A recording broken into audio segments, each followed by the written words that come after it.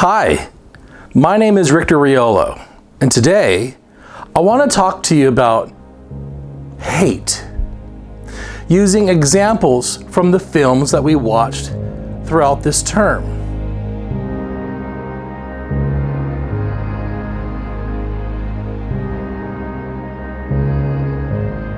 Hate, how it grows, what it turns into by using sociological terminology that we've learned in class.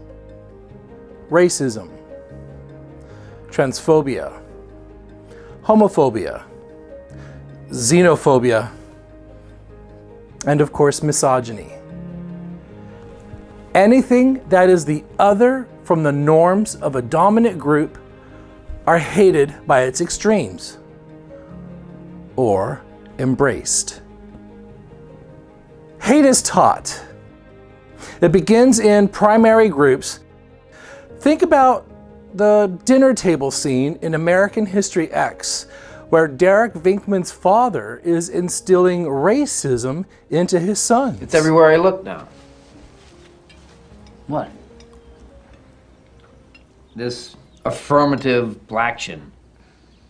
Honey, a few new books doesn't qualify as affirmative black action. I mean, you gotta trade in great books for black books? Does that make sense? Huh? It's bullshit. Yeah. Yeah, maybe. No. It's nigger bullshit. In A Time to Kill, we saw a black father named Carl Lee Haley fearing the obvious injustice his family was going to get with the two white rapists being tried by an all-white favoring judicial system. So Carl took matters into his own hands. You remember them 4 white boys raped that little black girl over in Delta last year? Yeah. They got off, didn't they? Yeah.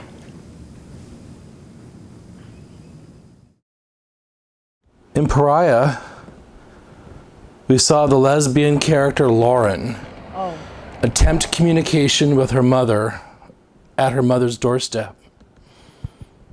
Now, why was her mother judging her? Was it hate? Was it because Lauren messed up in high school? Look at those eyes. Here they are, 2 women of color, family, and yet Lauren's mother was allowing her belief systems to divide her relationship with her daughter. I got my GED. Nah, I did it. I got my GED.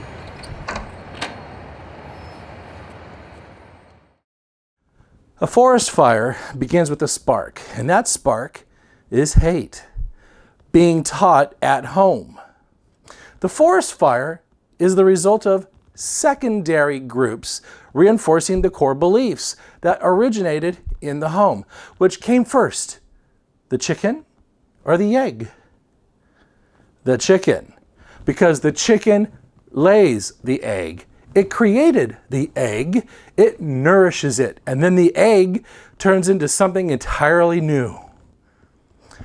I propose there needs to be a third sociological group that needs to be included in this class, that is political socialization. Political sociology. And that is political socialization. It is the end result of peer groups and secondary groups reaching a new stage. I used a forest fire analogy to show the difference between primary and secondary groups growing in regard to their contextual influence. But what happens when the forest fire grows so big that it's now destroying homes outside of the forest? That's the influence of political socialization that we're now living in today. We saw some of this in Osama, when the Taliban used their beliefs as a governing dominant power to control and destroy lives.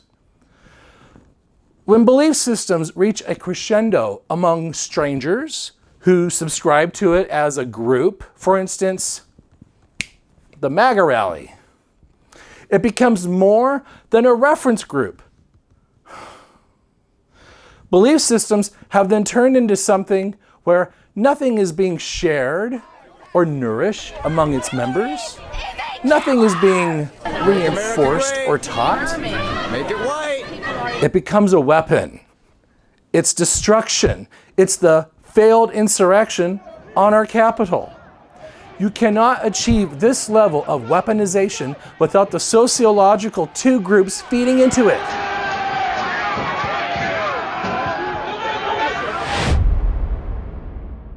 But how do we stop this from happening again? People aren't guns made of cold steel. People are warm-blooded and respond well to love. So how do we pull the pendulum back to where we talk about love, learn to embrace empathy, and attempt to understand the other? The answer is education.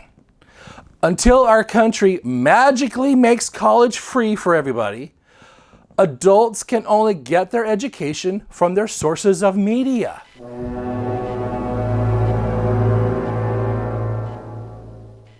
We saw Mussolini use the radio. Hitler used cinema, like with Riefenstahl's documentary Triumph of the Will. Donald Trump used television and the internet. Those were sources where people got their information from, and that is what's needed to bring down the temperature. Replace us. Jews will not replace us. Jews will not replace us.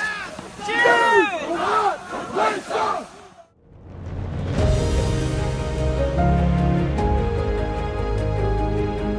In 2011, the Oprah Winfrey Show signed off after being on television for 25 years.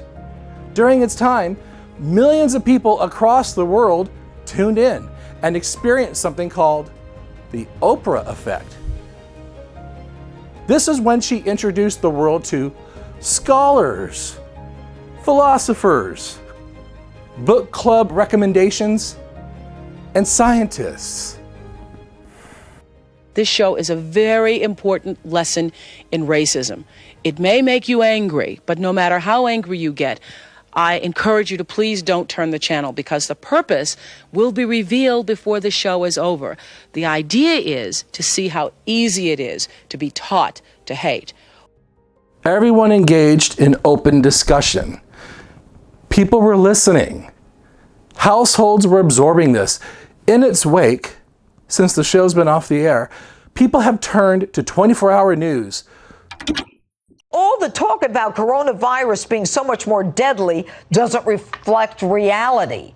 Without a vaccine, the flu would be far more deadly. Don't associate with known dirtbags, and you won't be guilty of doing that, okay? That's your problem, not so mine. Why you just said, I will accept the support. How come you haven't condemned Antifa? I don't understand. Hey.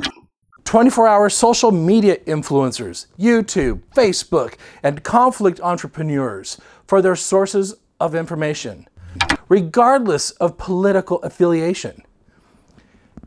In the absence of Oprah Winfrey's show, in that type of positive affirmation, conflict entrepreneurs have thrived. Like this fine gentleman. Communicator. With the dichotomy of fear and love, which are usual motivators for people to act, we have lost the love component. And in its place, opportunists have used fear for financial and power grabs to get people to act and fill its void, all based on belief systems. Let's pause for a moment and think of all the lives that may still be here with us today during the pandemic if the Oprah Winfrey Show was still on the air. I argue should have devoted daily episodes to the pandemic with social preparedness and open discussions in trying to understand the dangers of the virus. Dr. Michael Osterholm is the director of the Center for Infectious Disease Research and Policy at the University of Minnesota. For more than 30 years, Dr. Michael Osterholm has been a leader in the fight against every major health threat on our planet. He's watching for the next pandemic. How concerned should we be? As a worldwide community, we have to be very concerned about this. Pandemics of influenza are like hurricanes, tsunamis, and earthquakes. They occur. We've had 10 of them in the past 300 years. We've had 3 in the last century. What are the 3 in the last century? Well, the 1918 pandemic, which was really a world-defining event where over 100 million people died, and then we had milder ones in 1957. People would have turned to her show instead of politically based 24-hour news channels. There would have been experts discussing the dangers and science that was involved with COVID-19, like she had with other tragic events in our history. For instance, September 11th in 2001 and Hurricane Katrina in 2005. Just think what Oprah Winfrey would have done with the nurses and the doctors who were suffering from the overwhelming workload of COVID-19 patients, and the victims' families who were so grief-stricken with the loss of their loved ones, they weren't able to say goodbye. Millions of people would have watched as the first vaccine was being given. President Barack Obama said this in 2011 in one of Oprah's last shows. I just want you to know that you have changed this country in unimaginable ways. And it just has to do with what folks were just saying. You've got a big heart and you share it with people. And nobody knows how to connect better than you do. We need something like that again to get these belief systems and out-of-control forest fires contained. At least make them more manageable. And I'll be damned before I let some rich 1%er billionaire play with my life as if I was a pawn in their absurd chess game. I graduated in June. It's taken me 30 years, but hey, I took the scenic route. Nonetheless, I like to live my life by example. We are here to give and receive love. Period. Why is that so bad? Thanks for coming to my TED Talk. Dr. Shirley Jackson, it has been a pleasure. I expect my A in the morning. Thank you.